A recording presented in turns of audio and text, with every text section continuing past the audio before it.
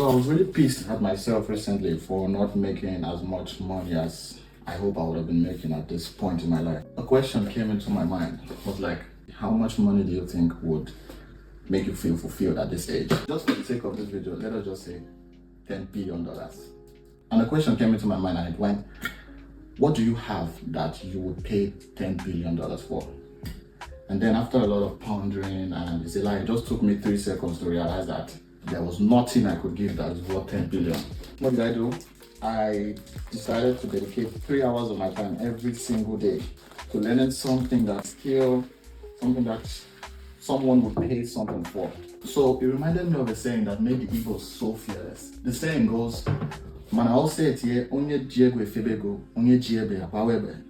It means that when push comes to shove, those that have money will throw money, and those that have guns will shoot guns.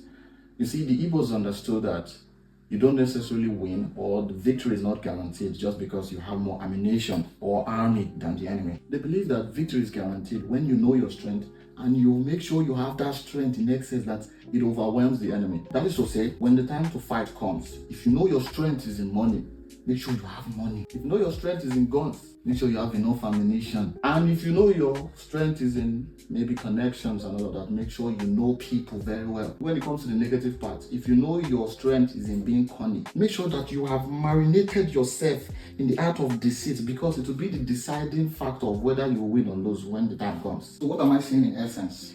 You need to understand that in this world that we live in, we're at war. And knowing your strength and having it in excess will be the deciding factor to whether you fail or succeed in this life. So you think knowing God more will give you $10 billion? Knowing the things that needs to be done that brings $10 billion and doing it is what will give you $10 billion. Knowing God more will only make it faster for you to know that thing that you can do that will bring $10 billion. And knowing God more will keep you, so that when everybody is doing the same thing and they are failing, it will keep you there. Long suffering, you will suffer till you get it. Now, I didn't say you should just go and be doing things that will bring $10 billion and expect $10 billion.